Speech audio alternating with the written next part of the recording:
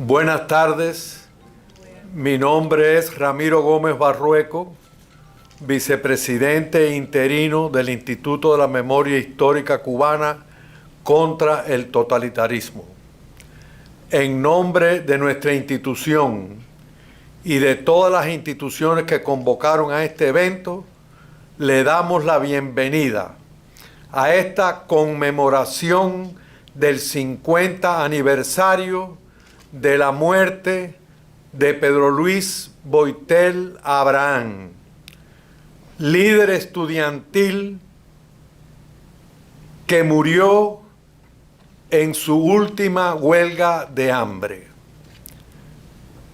La figura de Boitel es de tanto peso que muchos consideramos que es el prisionero político más emblemático de la historia de la República, sin contar, desde luego, el proceso independentista que antecedió a la República y en el cual nuestro apóstol José Julián Martí Pérez fue condenado a prisión, haciendo inmortal el número 113, y llevaba en sus tobillos sangrantes unos grilletes que tuvo que soportar el dolor durante muchos años.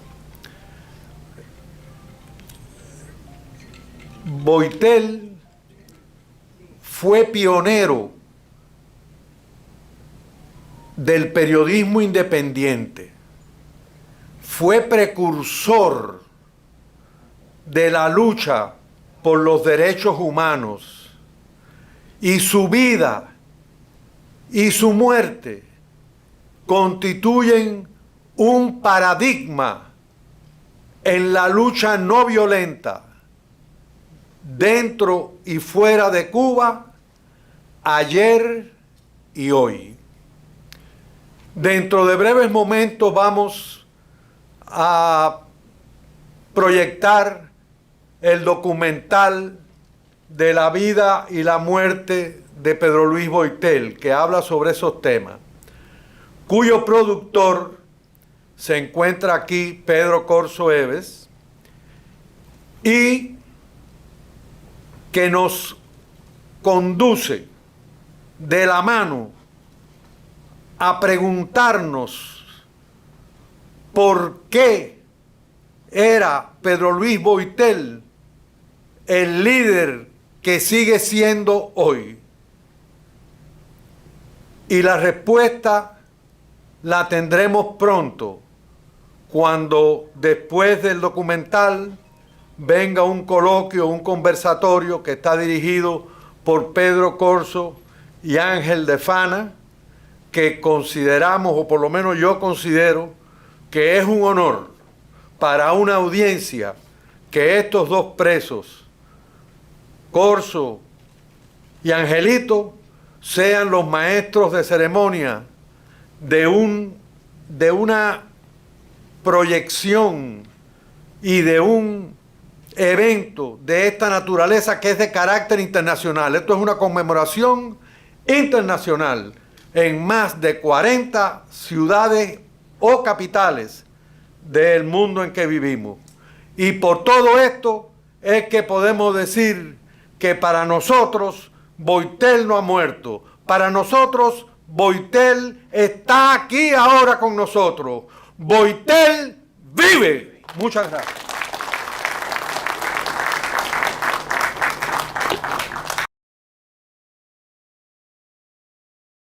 Muchas gracias por su asistencia. Por favor, Angelito, Pedro, son los maestros de ceremonia.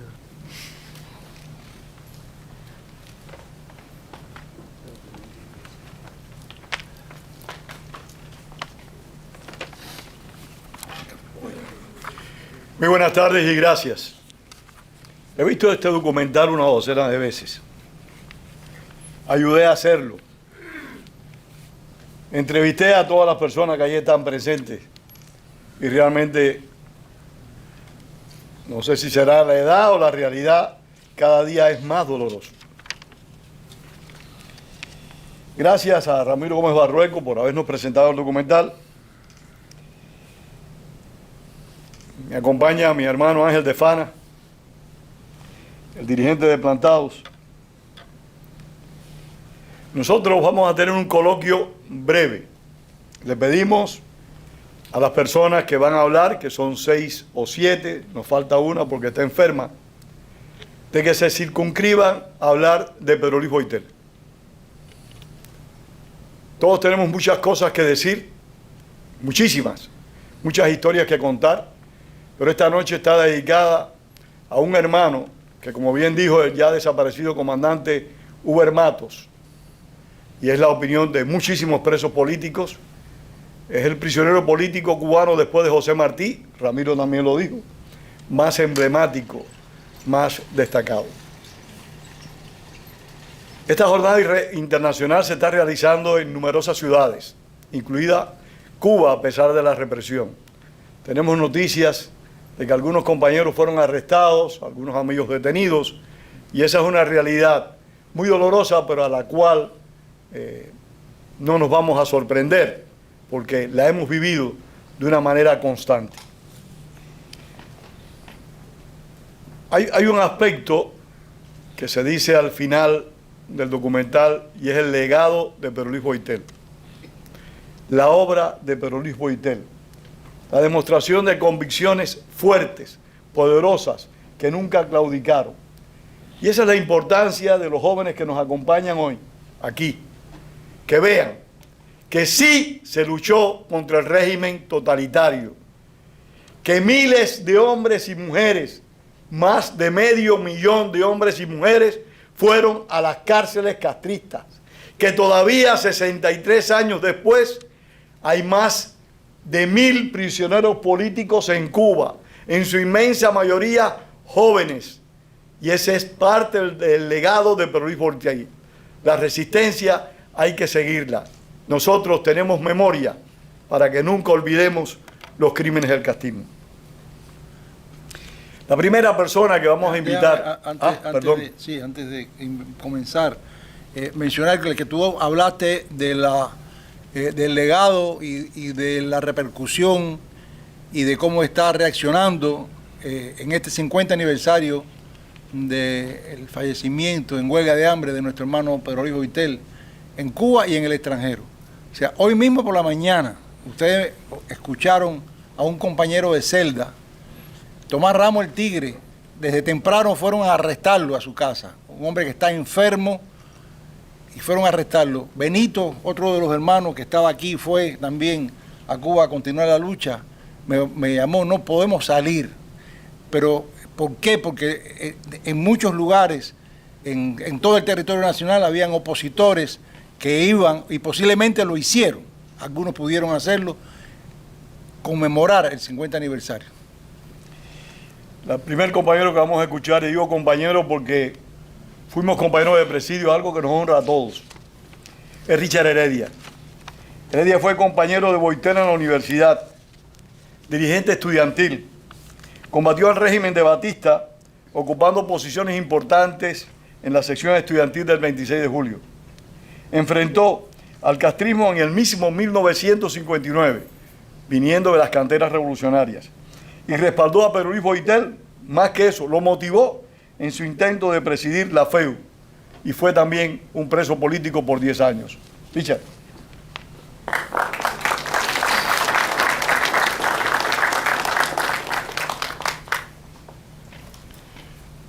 Buenas noches.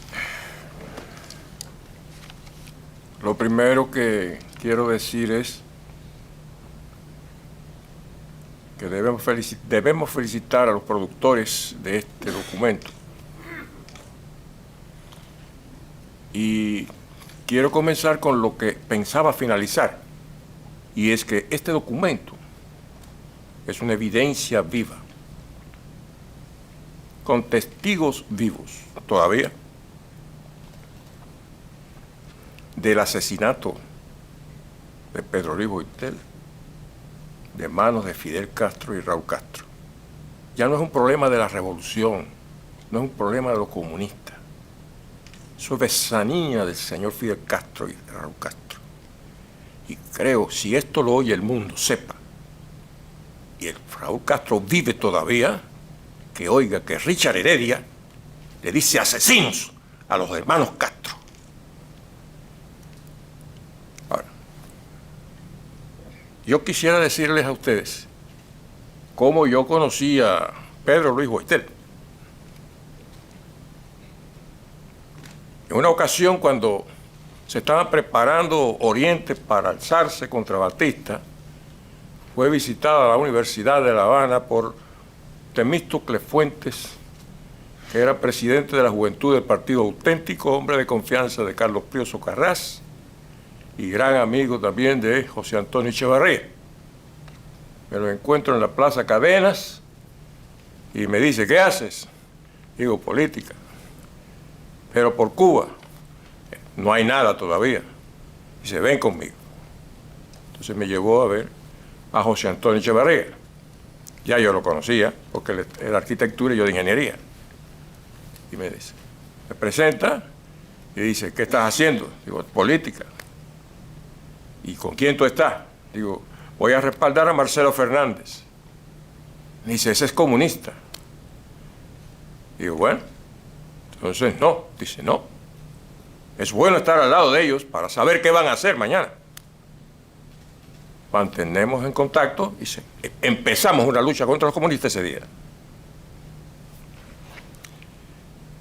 Entonces, el paso inmediato mío fue llamar al señor Marcelo Fernández a la universidad, en el tercer piso de la Escuela de Ingeniería, y le dije, me han dicho que tú eres comunista. Tú me juras por tu honor que tú no eres comunista.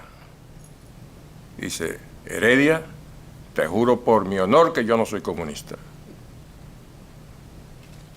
¿Ok? Si es así, tienes mi respaldo. Así sucesivamente pasaron los tiempos, llegó el momento, el 30 de noviembre en La Habana, se produce, José Antonio Echevarría está ausente, producto de la persecución, y no había nada que hacer, no había nadie tenía nada concreto, era feo, pero sin embargo, Marcelo Fernández y un grupo de gente como Javier Paso y 2 o 3 más, Popi Corpión, distintas personas. Vamos a la casa de el que fue presidente del Banco Nacional, la Revolución, Pasos, y ahí se suponía que íbamos a recibir armas para producir hechos en La Habana. Armas que no se pudieron utilizar y tuvimos que irnos de la universidad para Oriente, cada cual para su provincia, y nos desconectamos. Antes de eso, en el proceso de campaña electoral, yo oí públicamente hablar a Marcelo Fernández y hablaba en forma dialéctica.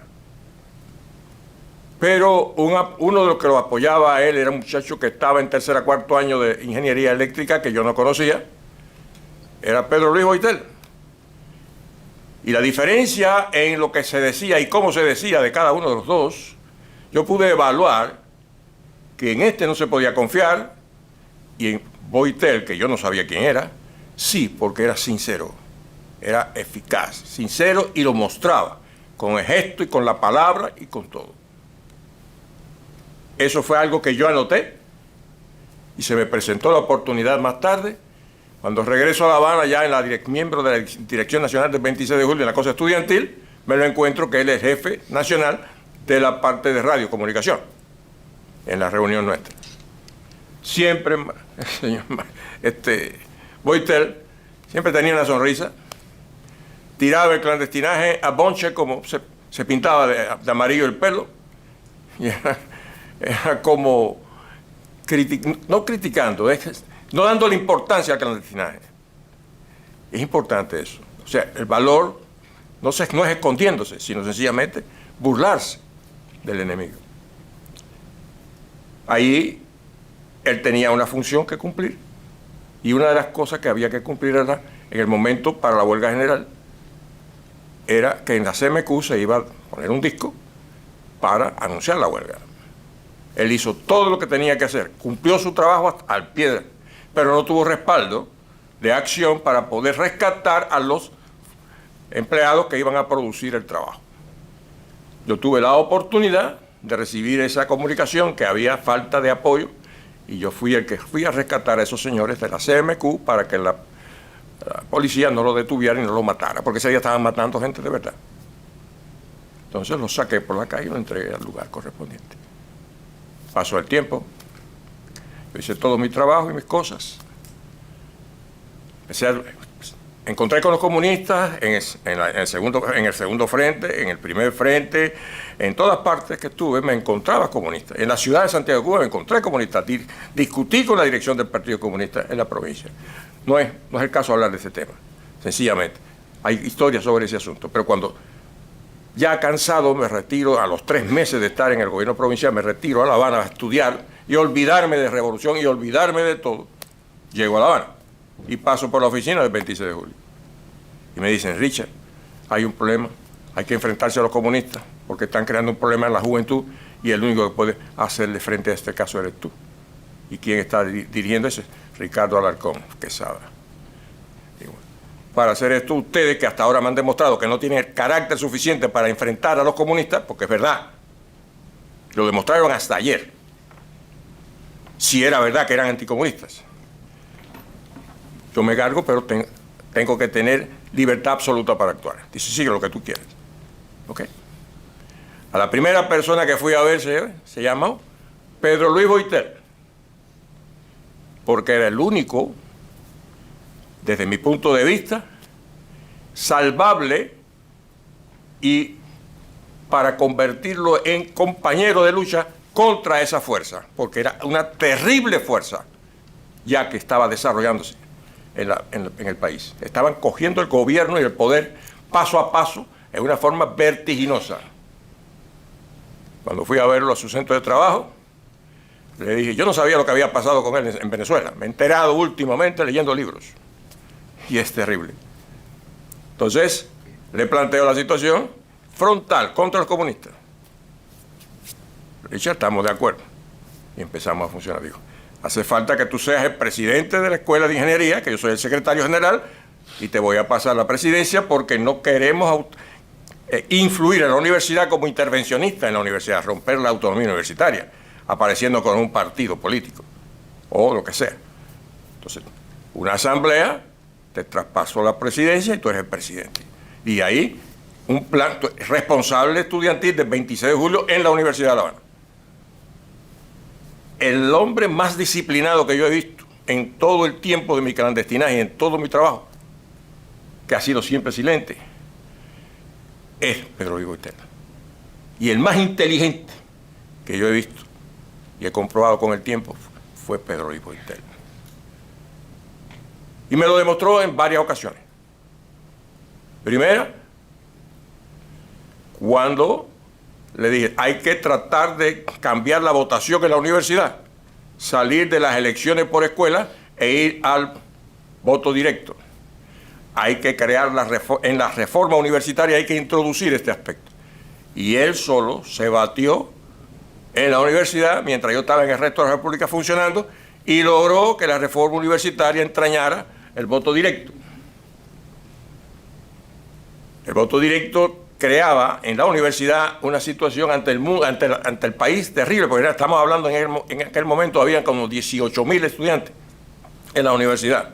Es decir, que el que saliera presidente de la FEU era un individuo que tenía un respaldo de 18.000 estudiantes, un presupuesto de la Universidad Autónoma, un rectorado y un consejo de profesores extraordinarios, los mejores de América que yo conocí, los profesores universitarios, los catedráticos universitarios. Y al mismo tiempo un historial de lucha en la universidad. Es decir, había que rescatar el historial de lucha y desviar la influencia que habían logrado los comunistas en todas las escuelas utilizando las minorías. Porque los comunistas funcionaron siempre con la minoría, organizada, debidamente disciplinada y con un objetivo preciso, tomar el control del poder. Conocí a todos los comunistas allí. No voy a mencionarlos ahora, no es caso. Se logró eso. Hay un problema. Fidel Castro se escurre de responsabilidades con respecto a qué iba a pasar en la universidad, porque establecimos que lo fundamental era que el 26 de julio definiera qué iba y a quién iba a respaldar la universidad. El directorio revolucionario empezó a violar la autonomía universitaria, introduciendo personajes vestidos de verde olivo con barbas y pistolas, e influyendo en las muchachitas, y aparte de eso podían disponer de habitaciones en hoteles, carros, etcétera, que le daban la imagen de poder. Y nosotros no teníamos ni un centavo, ni un carro, sencillamente la voluntad de actuar en la universidad. En esas condiciones, quiero decirles que Pedro Luis nunca dispuso siempre de su sueldo para que pudiéramos funcionar. Yo no trabajaba, yo no tenía sueldo. Puso su bolsillo, su trabajo y su tiempo. Entonces, a partir de eso, llega el proceso universitario. Fidel tiene que decidir qué vas a hacer aquí. Ok. En este caso, I'm sorry. Entonces, no es fácil resumir esto. Para que ustedes conozcan a Pedro Luis Boitel como lo conocí yo, no es fácil. Voy a dividirlo en 3 cosas. El día de las elecciones, o sea, en el Estado Mayor del Ejército, para definir qué iba a hacer el señor Raúl Castro, ya que no tomaba decisión el 26 de julio como organización, porque nos dieron la espalda. El 26 de julio nos dio la espalda. El Partido Comunista respaldó a su gente, pero usó a elementos que estaban disfrazados de cristianos, los metió como cristianos, pero eran comunistas. El caso de este muchacho Ricardo Alarcón, por ejemplo, entre otros. Entonces, había que definir. Y quisieron imponer, como han explicado aquí muchos, una maniobra política. Allí hubo, las consecuencias fueron trompetillas y escupitazos que se produjeron en aquel lugar. La primera vez que el señor Raúl Castro recibe humillación es allí. Otra humillación que fue necesaria hacer fue con el señor Che Guevara, que quería poner una universidad obrera contra la universidad y romper la autonomía universitaria. ¿Cómo fue? Sencillamente citado al aula magna para que diera una conferencia de reforma agraria, Pedro Luis Boitel representando el sector agrario de la FEO y el señor Che Guevara para que dijera qué quería hacer como en la reforma agraria. Sencillamente, Boitel plantea ayuda económica, tecnología, sanidad y dinero para funcionar el campesino. El campesino no necesita que le hagan esa reforma. La otra fue el día de las elecciones. El día de las elecciones se da la asamblea y a mí me sorprendió Pedro Luis Boitel de la forma que cerró su discurso, mencionando el discurso de Martí cuando celebraba el aniversario de la muerte de los estudiantes de medicina, hablando de los pinos nuevos. Cuando hablo de los pinos nuevos, yo decía, ¿qué ha dicho y por qué ha dicho eso? Yo no entendí por qué había dicho eso. No. Ya él se había dado cuenta en ese momento que con el Partido Comunista no quedaba más remedio que enfrentarse por generaciones hasta que lográramos ganar, porque no era un problema de un día. Lo que se había hecho, lo que estaban haciendo era de tal envergadura que llevaba ese tiempo. Eso pasó y vaya, mejor cortamos aquí por el tiempo. Pero la otra razón es cuando lo fui a ver, cuando él tomó la decisión de resistir al plan de trabajo, y le dije que el gobierno americano iba a estar 30 años para negociar con el gobierno cubano. Y él dijo, si eso es cierto, yo voy y cojo un fusil y voy a defender la frontera en la base de Guantánamo. Pero no, lo que voy a hacer sencillamente es empezar un proceso de huelgas. Le dije, vas a perder la vida por mitades, por pedazos. Dice, no importa. Eso es comenzando el plan de trabajo forzado. Todo el tiempo cumplió su palabra. Murió en la forma que tal. La huelga de hambre no es sencillamente una simple huelga de hambre, se llama sacrificio desde el punto de vista religioso. Cuando uno se consume físicamente, eso es un sacrificio ante el altar. ¿Qué altar? No el de Dios solamente, sino de la patria. Y lo único, el mensaje que nos ha dejado Pedro Luis Boitel es el siguiente: a toda la juventud, a todas las generaciones por venir, y a las presentes hoy, que es la que tiene el deber fundamental, que tiene hoy 18 años, es estar firmes, sin doblar rodillas, frente al régimen y romper la estructura que ha hecho el Partido Comunista, la juventud y la generación esta, siguiendo a Boitel, tiene que cumplir ese papel. Es lo único que puedo decirle.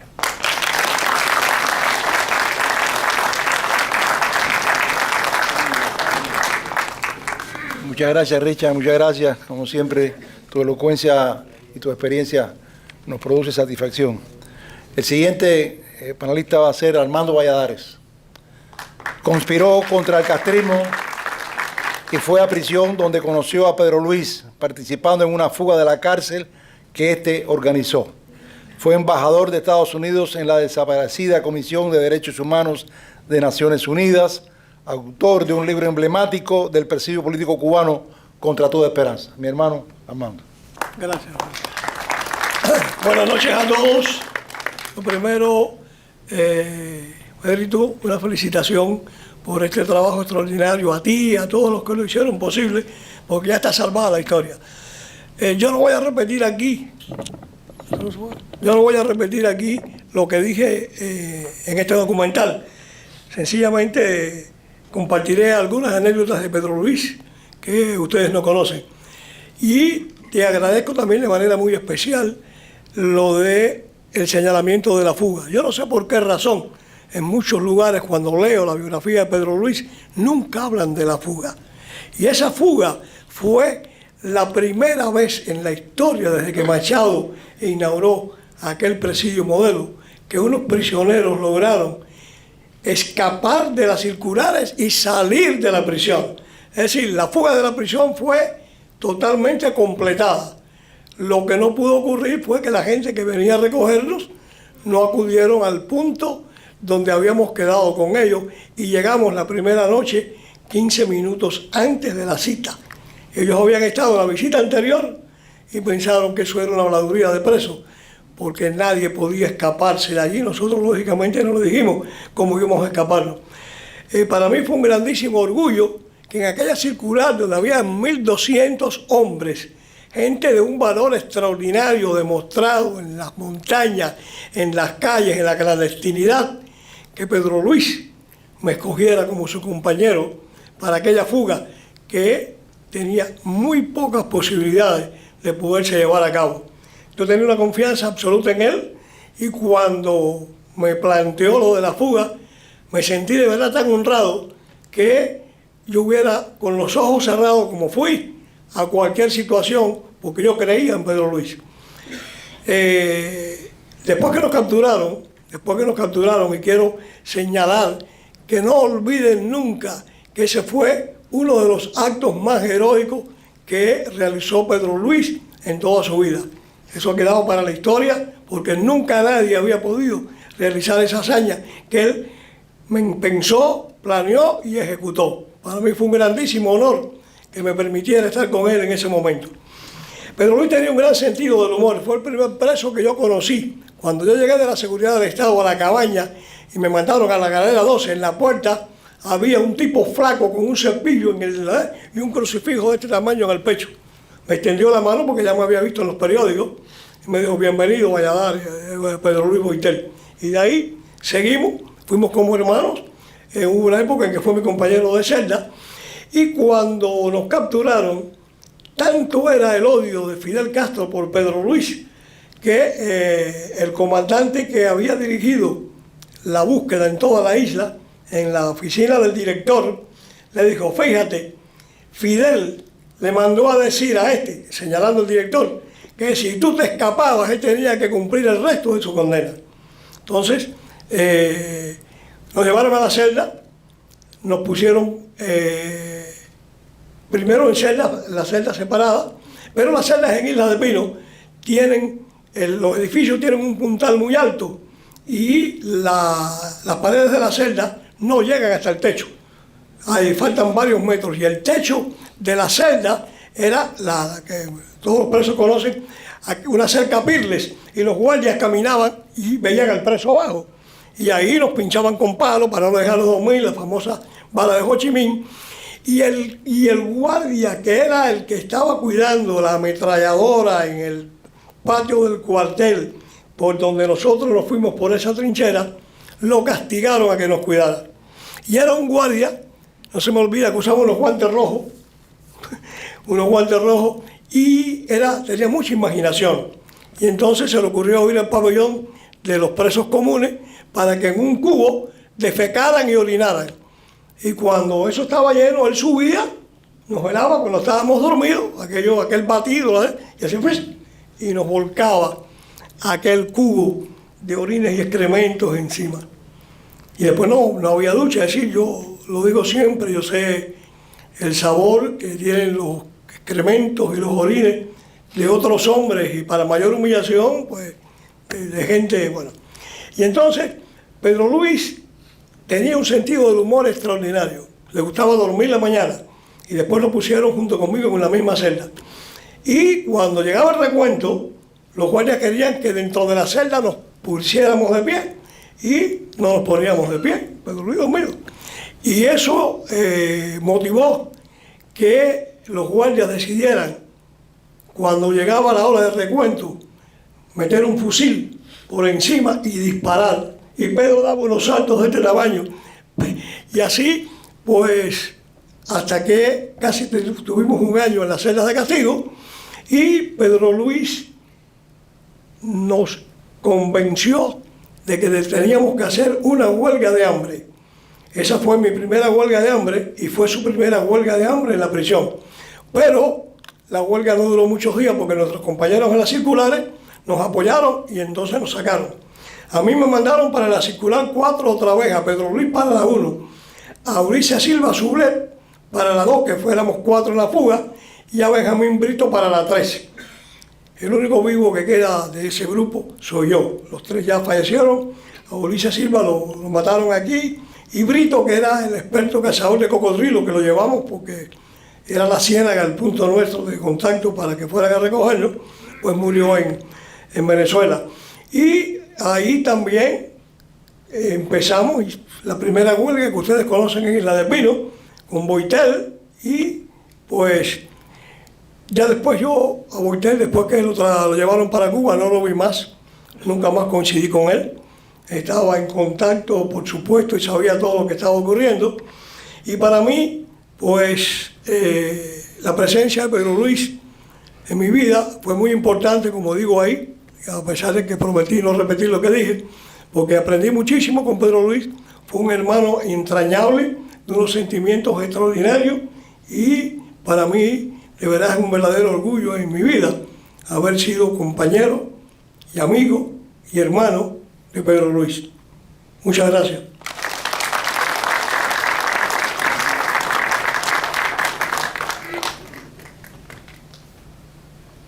Este encuentro no lo organizó solo el Instituto de la Memoria Histórica, y gracias, Armando. Lo organizaron varias organizaciones del destierro, entre ellas la Academia de la Historia de Cuba en el Exilio. Permíteme, Adelante. se me olvidó algo que quería decir, y es que Pedro Luis formó parte de los 24 prisioneros que no trabajaron, de los 24 plantados que no trabajaron. Pedro Luis fue uno de ellos. Gracias, Armando. Muy importante destacar eso, porque los plantados fueron los que marcaron pauta en muchos aspectos y la siguen marcando, hay que reconocerlo. Lo hicieron con mucho coraje y con mucha entereza moral. Como decía la Academia de la Historia de Cuba en el Exilio, el presidio político cubano de Puerto Rico, aquí está su representante, Kemel Jamis, que vino de Puerto Rico expresamente para estar con nosotros hoy. También el PEN Club de Escritores Cubanos en el Exilio. Son organizaciones que de verdad nos honraron con sumarse a conmemorar la muerte de Pedro Luis Boitel.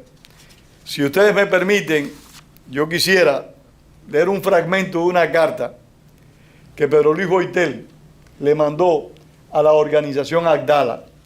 Los más jóvenes tal vez no conozcan la organización Agdala. Fue una organización fundada en el exilio, entre otros hermanos, por Gustavo Marín, Enrique Encinosa y muchísimos más, hombres y mujeres muy valientes que enfrentaron a los aliados de la dictadura aquí en Estados Unidos particularmente.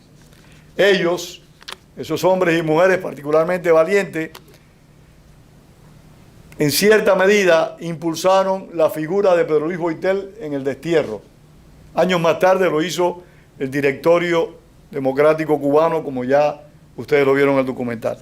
Pedro Luis, en reconocimiento al trabajo, a la dedicación de estos hombres y mujeres desde la prisión, en el mismo año en que murió, y para ser preciso, 5 meses y 24 días antes de morir, le escribió esta carta a Abdala. Tengo entendido que es una de 3. Leo un fragmento. Lamentablemente no he podido leer el recorte que me enviaron de ustedes. Quedó en poder de los comunistas. No obstante, es el mismo afecto fraternal e inquebrantable. Sí quiero agradecerles muy sinceramente el honor y grandemente inmerecido que soy el primero en reconocer por haber elevado al honrosísimo sitial, es una letra muy pequeña y ya estamos medio ciegos, al honrosísimo sitial de vuestro primer congreso. Por lo que se ve, Abdala le dedicó su primer congreso a Pedro Luis Boitel, que estaba preso en Cuba en ese momento, unos meses antes de morir. Quisiera corresponder a ese gesto generoso, inolvidable y muy estremecedor y enaltecedor, sumando mi entusiasmo y mis votos decididos por el logro del éxito consecutivo para los ejemplos del entusiasmo, la alegría, el valor y el heroísmo y el amor a Cuba y a la libertad, los consagrados del estudiantado cubano a nivel universitario en los Estados Unidos. La inmensa mayoría de estas personas, que eran jóvenes, eran estudiantes. Ahora vamos a escuchar a otro preso muy querido y muy respetado por todos los que compartimos cárcel con él. Está en el documental, Gregorio Ariosa. Adelante. Ariosa combatió al régimen castrista y fue a prisión donde conoció a Pedro Luis Boitel, como ustedes lo vieron en su conversación. Allí valoró el compromiso del mártir cubano por la libertad y la defensa de los derechos ciudadanos. Ariosa. Gracias. Y Ariosa es uno de los 24 también plantados. Sí.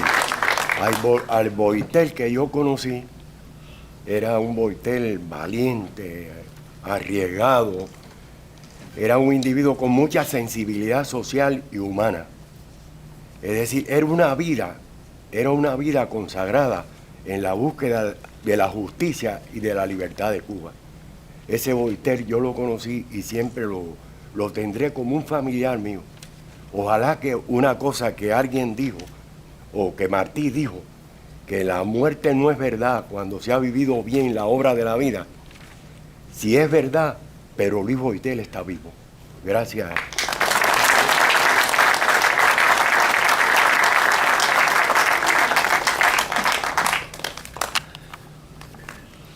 Ayer en una reunión, ayer o antier, comentaba yo que cuando trabajábamos en La Voz del CID, que transmitíamos hacia Cuba, el más conocido y el más popular de todo era Gregorio Ariosa. Siempre la gente de Cuba preguntaba por él.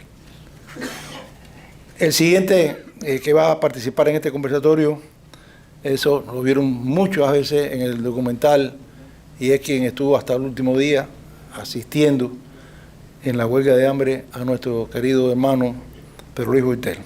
Osvaldo Figueroa Vázquez, a quien todos le decimos Maqueca, prisionero político cubano, ves caminando para acá.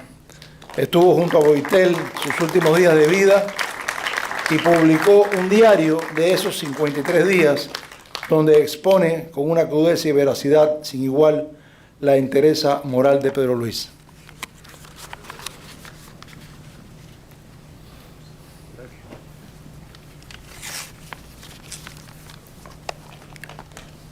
Buenas noches a todos los presentes. Les quiero dar las gracias por haber venido a recordar el 50 aniversario de la muerte heroica de Pedro Luis Boitel.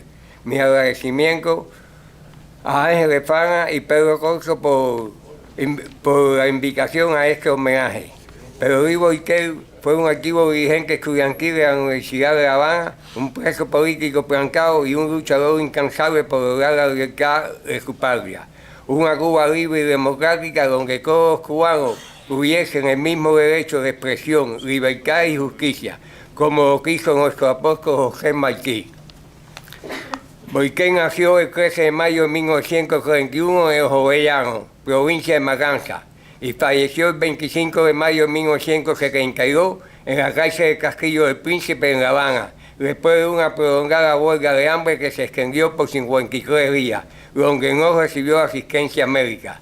Si se la hubiesen dado en esa ocasión como lo hicieron en huelgas anteriores, al menos no hubiesen muerto, por lo que sin escrúpulos lo dejaron morir despiadadamente unos días después de haber cumplido 41 años. En lo personal, Pedro Luis Boitel tenía un carácter alegre, jovial y conversador. Le gustaba hablar de diferentes temas, en especial de política. Era inteligente, estudioso, buen amigo, excelente compañero, fiel a sus principios y amistad. Un hombre valiente y decidido. Para él no existía el miedo. Se enfrentó al peligro sin ningún temor. Eso lo demostró desde muy joven cuando comenzó su trayectoria, primero contra el régimen dictatorial del general Batista y después contra el dictador Castro. Siempre se preocupaba por saber la situación de los compañeros que estaban en otras prisiones, principalmente los que estaban en la cárcel de Boniago, capeados, sin visita, sin asistencia médica, con pésima alimentación, recibiendo golpeaduras con frecuencia, y de las presas políticas, mujeres de un valor incalculable que llevaban más de una década en condición inhumana, golpeadas y torturadas, solo por no renunciar a sus principios. Boitel, desde muy joven, se interesó y preocupó por la situación política que existía en el país, debido al golpe de Estado que había dado el general Batista. Se incorporó al estudiantado en las protestas y manifestaciones y en actividades conspirativas. Fue un activo estudiantil y formó parte del movimiento 26 de julio. Como muchos otros jóvenes, empezó a darse cuenta de los cambios de principio de la revolución y que la misma no era lo prometido, y comenzaron su lucha para el cambio. El 20 de noviembre de 1960 es detenido y sentenciado a 12 años de prisión por conspiración contra el Estado. Es importante mencionar que dentro de la prisión mantuvo una actitud intransigente, revelándose en una serie de hechos que lo hicieron resaltar y lograr la admiración y el respeto de sus compañeros. Entre las más destacadas está el haber realizado la primera fuga de la prisión de Isla de Pino, con otros 3 compañeros, aunque no pudieron salir de la prisión.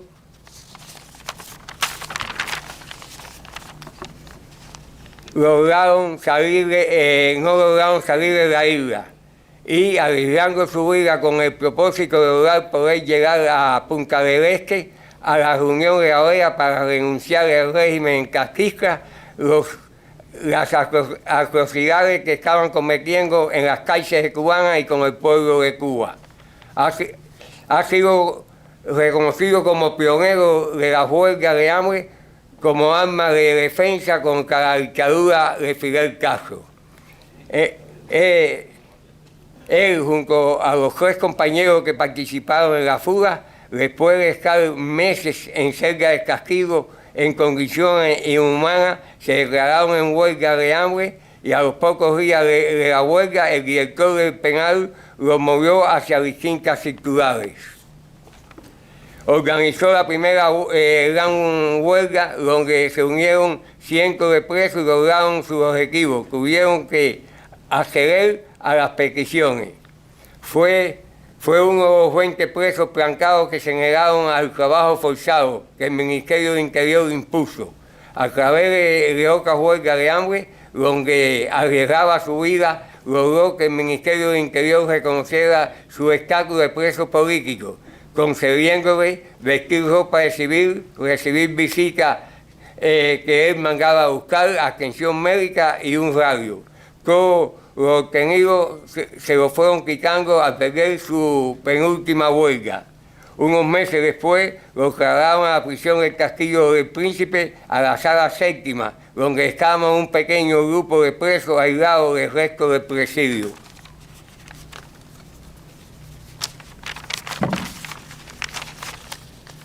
Cuando Boitel me dijo que estaba en huelga de hambre, nunca pensé que fuera a morir en la misma. En una conversación con él, cuando llevaba mes y medio en ayuno, le dije, acuérdate que ellos tienen la fuerza y el poder. Sí, me respondió, ellos tendrán la fuerza bruta, pero yo tengo la fuerza moral y el coraje de enfrentarme a ellos. Maqueca, no pretendo la muerte, pero no la rehuyo. Los últimos días de la huelga de Boitel, lo más triste y doloroso que tuve en mis largos años de presidio, a ver a un ser humano, a un compañero, a un amigo, al hermano de cautiverio, irse consumiendo lentamente. Sin poder resistir más, le dije, Boitel, ¿no comprende que Fidel quiere asesinarte para salir de aquí y de tu rebeldía? Movió su cabeza lentamente y con mirada firme y tomando aire porque apenas podía respirar, me respondió, él podrá matar y acabar con mi cuerpo, pero nunca con mi espíritu y mis principios. Eso no lo podrán lograr jamás.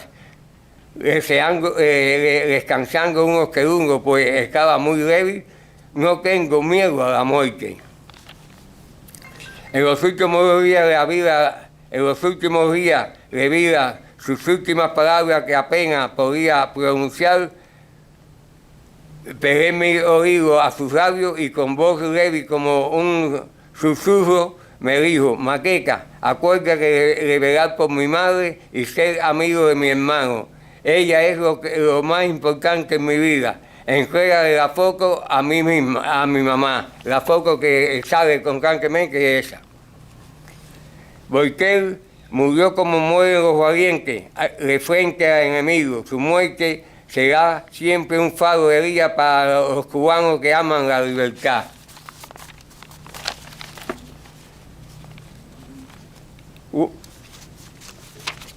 Que aman la libertad.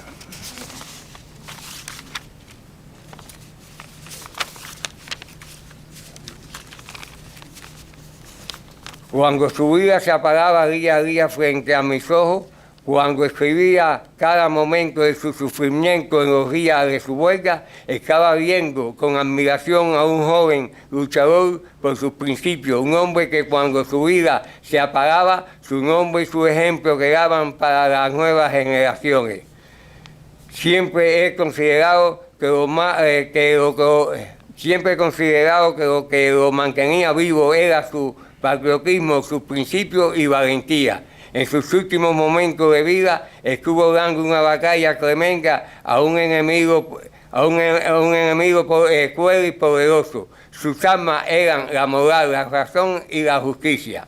Boitel nos enseñó el comportamiento de un idealista ante la muerte.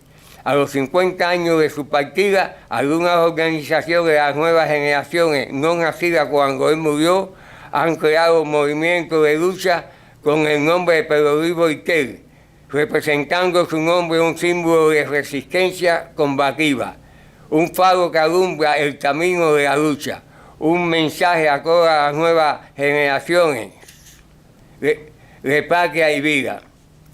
Boitel, hermano, siempre que recuerdo con admiración, respeto y cariño, que Dios te tenga en el reino de los cielos. Muchas gracias. Otro detalle, la muerte de él está en el libro.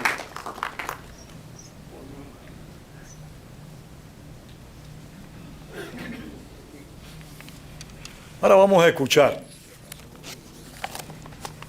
a un joven que conoció, digo, ya no tan joven, conoció a Pedro Luis Boitel a través de otras personas. Él estaba preso. O sea, la obra de Pedro Luis había trascendido el Castillo del Príncipe, la prisión de Isla de Pinos, la cabaña, y había llegado a todas las prisiones cubanas. Ese joven es Jorge Luis García Pérez Antúnez. Cuando Antúnez nació, ya Pedro Luis estaba preso. Y eso es muy importante destacar, cómo los legados se conservan, se transmiten, aún sin conocer a la persona que ha dejado ese legado. Y por eso, los que ya pintamos cana, podemos estar satisfechos y contentos, porque hay relevo. Ahí tenemos uno de esos relevos en este largo proceso.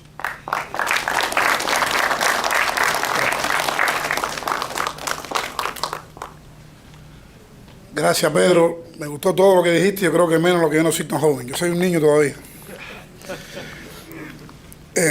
A mí también me ocurre todavía cada vez que veo el documental ese, que me sube, me baja un nudo y es increíble eso. Voy a leer la intervención para no demorarme tanto. No quiero que Corso me haga regaño. ¿Porque te regaño? Sí. ¿Sabes cómo somos los santaclareños? Sí, señor. Hacen hoy ya 50 años que la triste célebre prisión El Castillo del Príncipe, esa criminal tiranía castrista, cobraba la vida de uno de los hijos más ilustres y dignos que haya parido la Cuba contemporánea. Pedro Luis Boitel Abrán, un líder estudiantil que supo enfrentarse primero a la dictadura batistiana y luego a la más oprobiosa de todas, la tiranía castrocomunista. Y es que la grandeza de Boitel estriba, además de su valor e integridad, en su condición insobornable. Boitel pudo ver bien haberse quedado a la sombra del poder, haber formado parte de esa casta parásita, disfrutar de una mansión quizás ahora en un barrio jaimanista, en el Vedado, o ser el general. Pero no, Boitel no era así. Boitel prefirió la cárcel con dignidad que sumarse a la comparsa de esos cobardes usurpadores. Y qué triste que cuando Boitel agonizaba en huelga de hambre, quizás yo y los de mi generación estábamos perdidos, desinformados, quizás con una pañoleta y coreando consignas a favor de sus propios asesinos. Qué duro. La dictadura nunca le perdonó a Boitel tanta dignidad y grandeza, e hizo todo, pero todo lo que tuvo a su alcance para borrar su memoria y hacer que su nombre nunca hubiese existido. Por eso, cuando en aquel verano de 1995, un grupo de prisioneros políticos fundamos desde aquel infrahumano y cruel régimen de mayor severidad aquel presidio político Pedro Luis Boitel, el régimen se aterrorizó. Y cuando nuestros familiares crearon el Movimiento Nacional de Resistencia Cívica con igual nombre, el terror fue más en aumento, pues éramos ya las nuevas generaciones quienes comenzamos a desempolvar esa historia, y nada más y nada menos que dentro de las mazmorras, entre golpizas, palizas, hambre, tortura y el inútil intento de doblegarnos. Pero aunque lo aniquilaron físicamente, Boitel no ha muerto, vive, y vive en el ejemplo y decoro de titanes que a pesar de sus largos años de cárcel, de las torturas y sufrimientos, se mantienen de pie. Humberto Eladio Real Suárez, Miguel Díaz Bauza, Ernesto Borges Pérez, Leoncio Rodríguez Ponce, entre tantos otros. Boitel vive, y vive en el decoro y la resistencia de esos casi niños que por su participación en las protestas del 11 de julio fueron cruelmente arrancados de sus hogares. Boitel vive, y vive en la perseverancia y clamor de las damas de blanco. Vive en la firmeza de un exilio que envejece, pero que no se rinde ni olvida. El ejemplo de Boitel estaba ahí cuando en más de 60 ciudades de Cuba, todos los cubanos o miles de cubanos, a un grito de patria y vida o libertad, salieron a las calles a reclamar derecho. Boitel hoy está aquí, en esta sala, dándonos aliento e instándonos a no cesar en la lucha. Y hoy, en el 50 aniversario de tan dolorosa muerte, queremos aprovechar y hacer extensivo a todos y cada uno de los hombres y mujeres que han caído luchando por la libertad.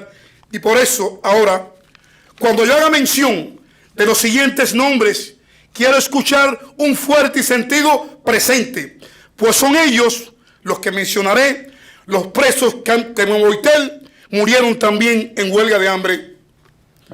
Roberto López Chávez, presente. Luis Álvarez Ríos, presente. Francisco Aguirre Vidarrueta, presente. Carmelo Cuadra Hernández, presente. Olegario Charlo Espileta, presente. Reinaldo Cordero Izquierdo, presente. Enrique García Cueva, presente. Pedro José Ramos Pedré, presente.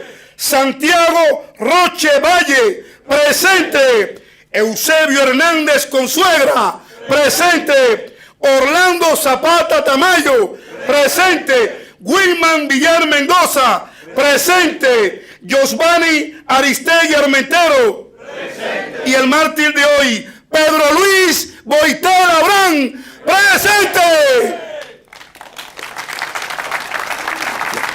Y como tú bien decías, Boitel, como tú bien decías, los hombres no abandonan la lucha cuando la causa es justa.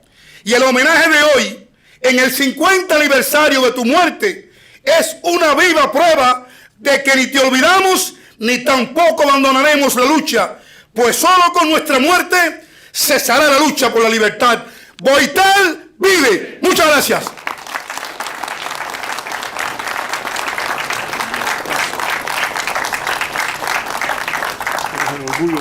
Vamos ahora a escuchar, gracias a la colaboración de uno de los directores del Instituto, Manuel Milanés, un mensaje que nos envía desde Cuba, un expreso político y actual opositor que nos envía el siguiente mensaje.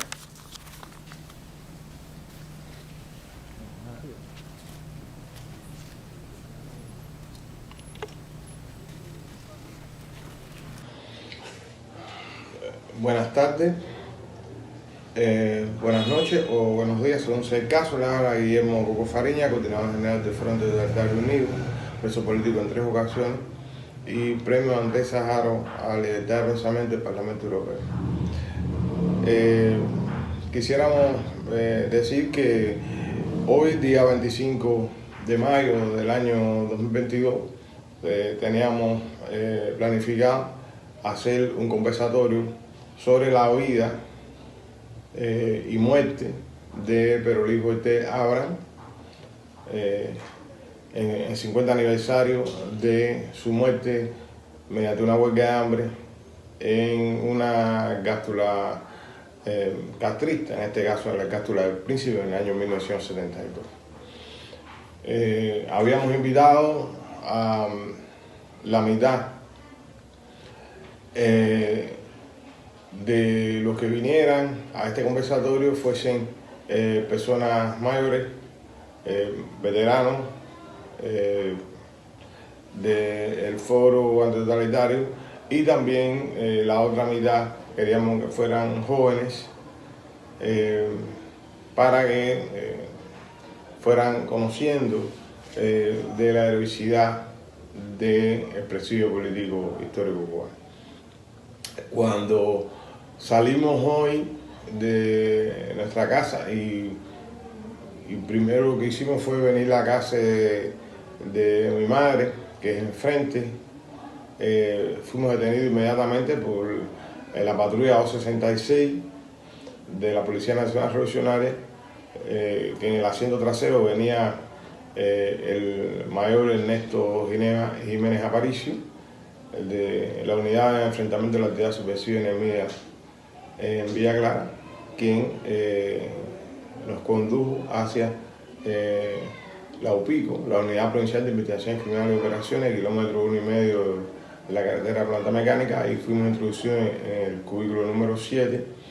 Él no habló en esta ocasión nada trascendental conmigo, ni nada de que fuese algo parecido a un interrogatorio. Simplemente se demoró un poco porque como hemos estado enfermos, no había llegado la doctora todavía y él esperó a que llegara la doctora, me tomaron la presión, la temperatura y después se fue. Estuve ahí desde más o menos las 9:15 hasta las 5 de la tarde en que fuimos puestos aquí en la puerta de nuestra casa. Esta vez no hubo interrogatorio de ningún tipo. Incluso me trasladaron de regreso en la misma patrulla, en la 266, y en ningún momento hubo interrogatorio, nada parecido. Solamente se me informó que había sido puesto en libertad por cambio de medida hacia una medida de régimen abierto, Andy García Lorenzo. Eso fue lo único que trascendió en la conversación. Queremos decir que nosotros recibimos la encomienda, la tarea del Instituto Cubano de la Memoria Histórica contra el Totalitarismo de organizar conversatorios o actividades de cualquier tipo aquí dentro de Cuba en conmemoración del en conmemoración del 50 aniversario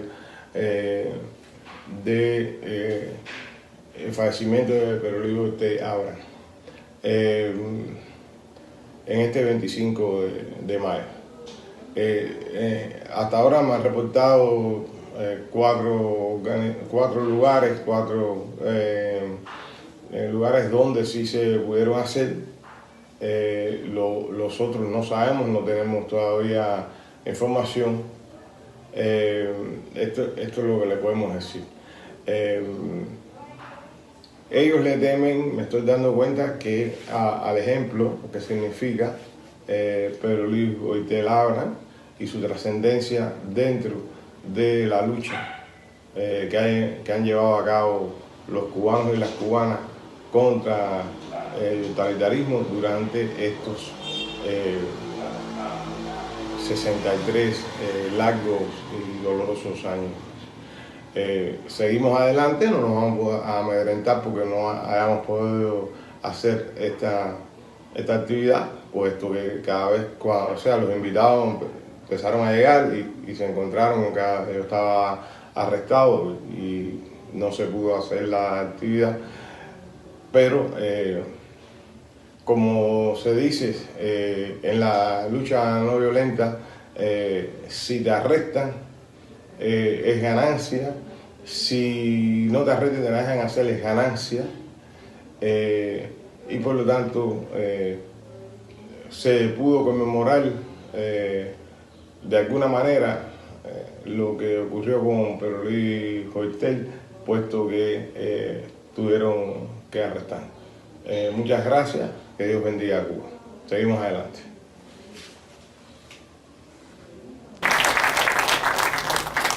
Otro ejemplo muy importante, actual, vigente en nuestra Cuba del legado de Pedro Luis Boitell es el Partido por la Democracia Pedro Luis Boitell. Hemos invitado a Sergio González Suárez. Como yo vine un poco tarde, yo no sé si Sergio está aquí. Aquí está Sergio. Sergio González Suárez, uno de los fundadores del Partido por la Democracia Pedro Luis Boitell, agrupación política que tiene a varios de sus líderes encarcelados hoy, entre ellos a Félix Navarro. Quiero un fuerte aplauso para Félix Navarro. Y su hija Saily. Saily. Condenado a 9 años Saily. de libertad. Nuestro disertante también fue un exprisionero político cubano. Sergio. Gracias. Buenas noches, ya fui presentado, gracias. Yo creo que la cruz de Cristo se le fue trasladada a Boitell. Cuando fundamos nuestro movimiento, después partido, un 25 de mayo del 99, lo hicimos por Emilio, que nos habló de... Emilio Bringas Débora, un prisionero que estuvo con Boitell y estuvo con Ángel y estuvo con muchos de aquí, estoy seguro. Y porque había nacido en Jovellanos, en Matanza. Lo fuimos al regionalismo. Y entonces creo que Voltaire hizo el sacrificio máximo como lo hizo Cristo, porque vio quizás como nadie el peligro terrible de la esclavitud del comunismo que se cernía sobre nuestro pueblo y sobre toda la América. Yo no soy de los más optimistas, yo soy pesimista, pero me da optimismo que 50 años después de su muerte nos reunamos aquí un grupo de cubanos soñando con la libertad. Eso era Voltaire, libertad, un sueño de libertad. Gracias.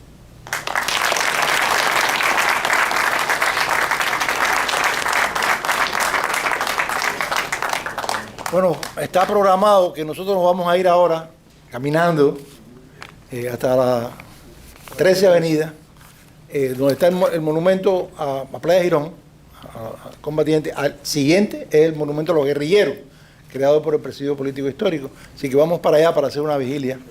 Caminando vamos todos para allá. Vamos a correr para acá, por favor.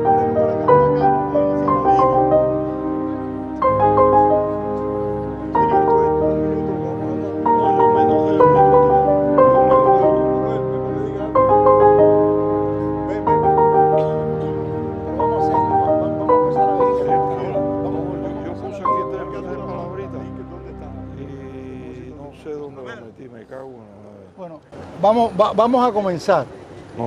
Y quiero señalar lo siguiente. Vamos a hacer un poco de silencio por allá. Vamos a señalar lo siguiente. Plantado hasta la libertad y la democracia en Cuba, durante más de 20 años, hacíamos todos los miércoles una vigilia por los presos políticos que se empezó haciendo en Cuba.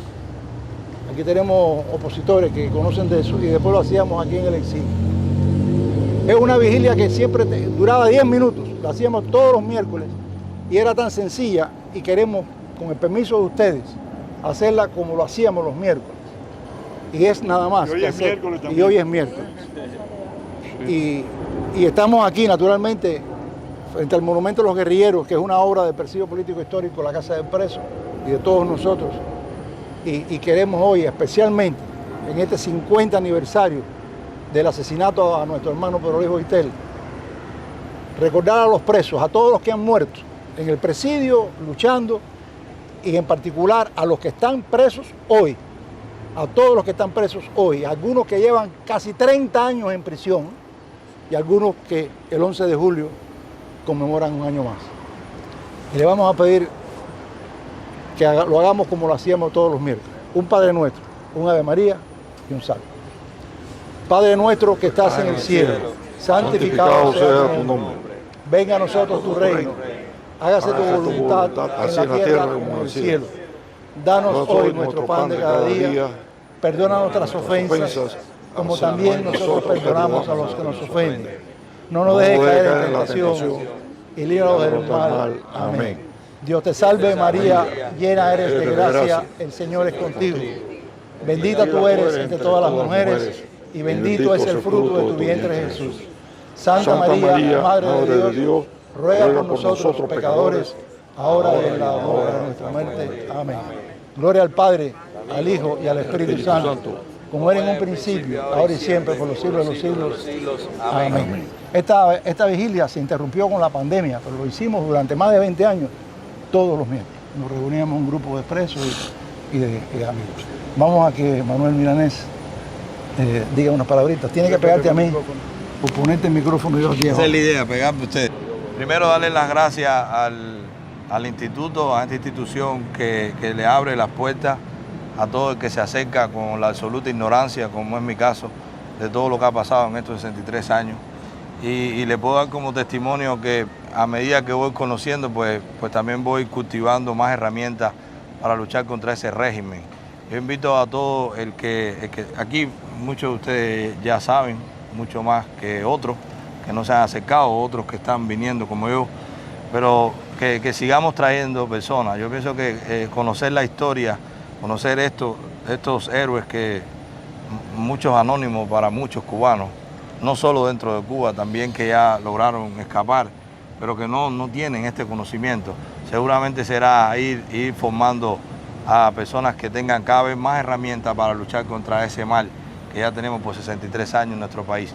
Es un compromiso, me siento honrado con que me den la oportunidad a pertenecer al instituto, a ser un director del instituto, o sea, ser parte del directorio, y por supuesto eso es una responsabilidad muy grande y que trataré de estudiando, aprendiendo y colaborando y acercándome cada vez más a ustedes, pues hacer algo de la labor que ustedes han hecho. Eso es lo que quería decir. Lo invito a todos los que no participan del instituto, los que de lejos, que sí, en las redes sociales hay mucha información, hay muchos videos, hay muchas clases, hay muchos libros, pero esta es la realidad, esta es el testimonio de cada uno de ellos, que nos llega a nosotros, porque son cubanos que cuando nosotros ni sabíamos lo que hacía el régimen, ya ellos estaban sufriendo la naturaleza criminal del régimen. Así que gracias a ellos, invito a todos el que no se ha incorporado, que se acerque, que lo único que tienen para nosotros es conocimiento, hermandad y la alegría de recibirnos. Gracias. Gracias a ustedes. Ahora vamos a escuchar a Kemer Jamís. Kemer Jamís Bernal fue un compañero de largos años en la cárcel y en la conspiración. Hoy en día está en Puerto Rico. Preside la Asociación de Presos Políticos Cubanos en Puerto Rico. Y como dije allí en el teatro, ha venido expresamente de Puerto Rico para estar aquí un día como hoy, para conmemorar la muerte de Pedro Luis, que es lo que nos ha reunido a todos nosotros. Así que, Kemer, adelante. Muchas gracias. Fíjate, no me gusta repetir, pero como tú lo dijiste ya, y de todas maneras lo voy a repetir. Bueno, muchas buenas noches, queridos compatriotas. Hermanos, me gustaría que supieran que viajé desde Puerto Rico para participar junto a ustedes en este homenaje, en este recordatorio que nos hermana. En la mañana de hoy estuvimos frente a la lápida de Clara, madre de Pedro Luis, y sentí que debía haberle dicho lo que ahora voy a expresar a Clara madre.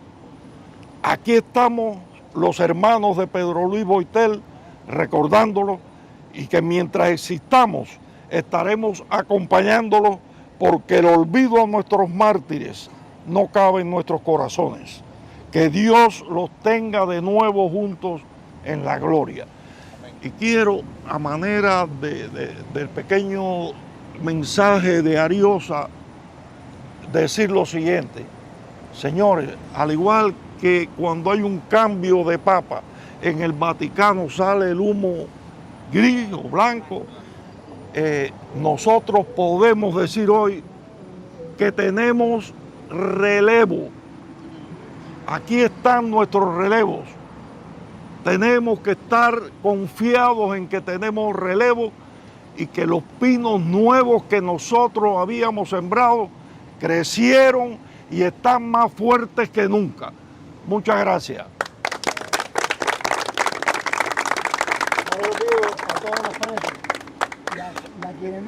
Permíteme, Angelito, esto es informal, permíteme un segundo. Sí. Yo quiero darle las gracias a todos los directores del Instituto de la Memoria Histórica Cubana contra el Totalitarismo, incluida mi esposa, que no es del instituto, que es colombiana, pero que trabaja fuertemente en esta gestión, por haber hecho posible esta gran conmemoración de los 50 años de la muerte de nuestro Pedro Luis Boitel. Quiero destacar el trabajo realizado por Daniel Pedreira y por muchos más, muchísimos, que realmente han trabajado intensamente para poder conmemorar el día de hoy. Los presos para acá, y aquellos que no son presos porque se están en la montaña. Pues entonces vamos a, bueno, vengan todos, vengan todos, vengan. Que se sale de la montaña, Vengan todos. No vinieron las chamacas, no vinieron las chamacas. No. Ahí. Cuando un día suba yo a la montaña y en la cima nos volvamos a ver, será entonces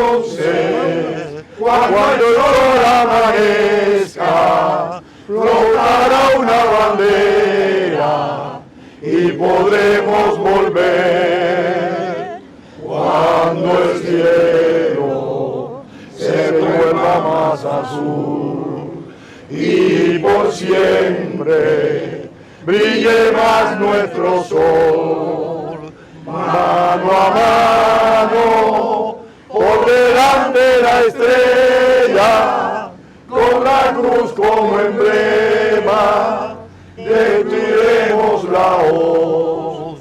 Si caemos, nuestra sangre que es roja, bañará la llanura y el mar, y tiñendo de rojo nuestras olas, a la sabia que llora, le traerá libertad, y tiñendo de rojo nuestras olas, a la patria que llora, le traerá libertad.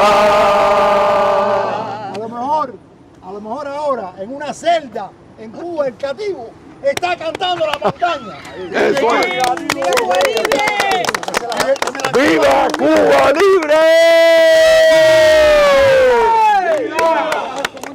¡Abajo el catrismo! Oye, estamos vivos todavía. Oye, me hubiera gustado que estuviéramos vivos ahora. Mira, después pienso que no falta. Me hubiera gustado que hubieras estado un poco.